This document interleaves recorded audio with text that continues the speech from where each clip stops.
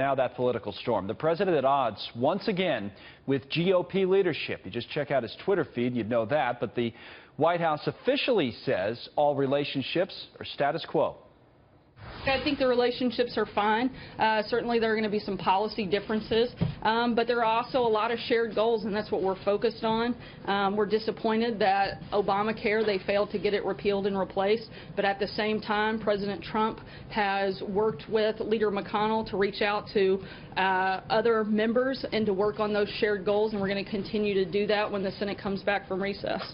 All right, let's bring our first panel in to talk about this. Hispanic 100 spokesman, Fox News contributor Steve Cortes is with us, and also joined by New York GOP strategic advisor, One Empire Group co-founder and managing director, John Burnett. So, John and Steve, welcome to both of you. John, I'll start with you here in the studios with us in New York. And tell me how all of this infighting, despite what Sarah Huckabee Sanders is saying, I think it's real that there really is a feud between President Trump and certainly Mitch McConnell and other establishment figures. Tell me how this is not, just plain old counterproductive. How does it make any sense? Well, Donald Trump, well, I should say President Trump, it's a delicate dynamic, right? And he likes to keep people on their toes. He's the only person that I know that lets you know exactly what he's thinking, but you never know what he's going to do. And that worked out well in business, and he's using it in politics. You think it's working well here, before we go to Steve? Well, the thing is, everyone's frustrated. Not enough is getting done. Right. And the American people are hurting.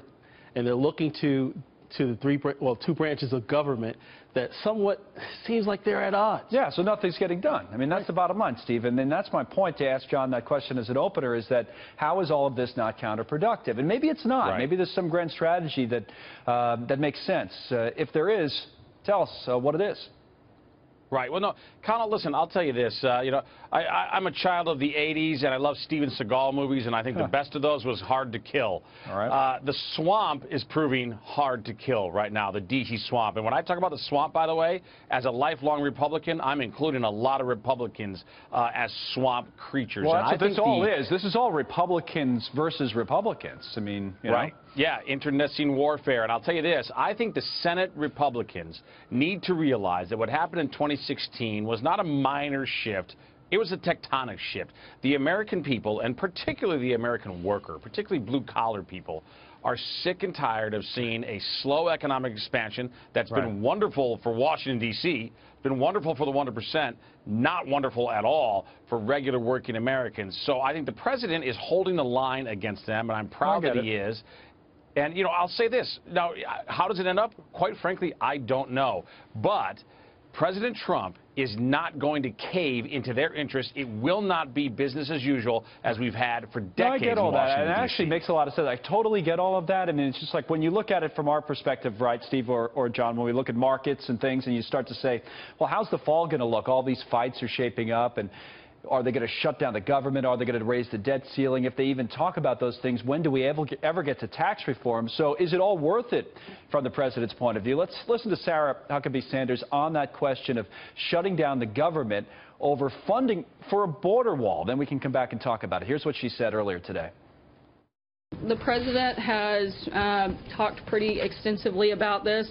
He campaigned on the wall. He won on talking about building the wall, and he's going to make sure that that gets done, and he'll continue to fight for that funding and ensure that it takes place. Let's not forget that there were a lot of Democrat senators that also voted for border security and a border fence.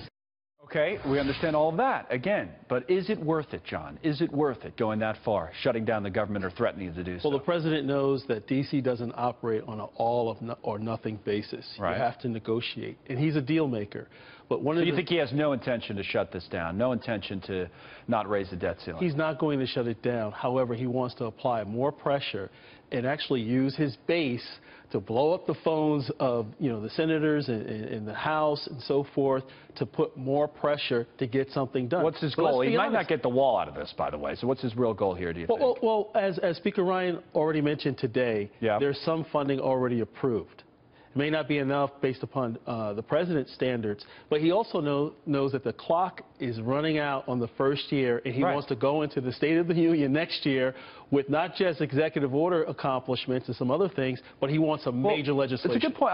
Speaking of the clock running out, as John says, Steve, if all of these talks happen, right, on the border wall, debt ceiling, government shutdown, then the clock runs even further out on things like tax reform, I think. I mean, even from people's talk today, there's mentions, I think it was Senator McConnell is saying by the end of this Congress. Well, okay, that's next year. That's the end of next year. That's not the end of this year. So, you know, we start to run into a timing problem there where you don't have anything getting done. We sure do. And Kamala, again, I think that's 2015 talk. That's not 2016, 2017 talk.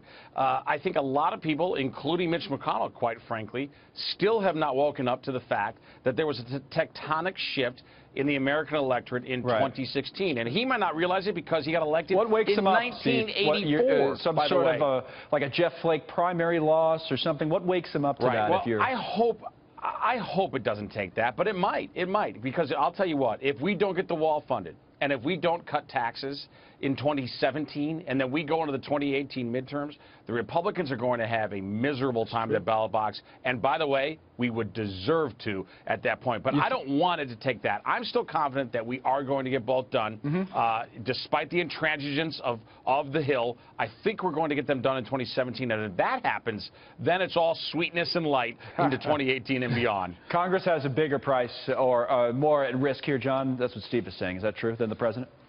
Absolutely. You know, he's guaranteed 4 years. That's right. And the thing is that Democrats want some things, Republicans want some things.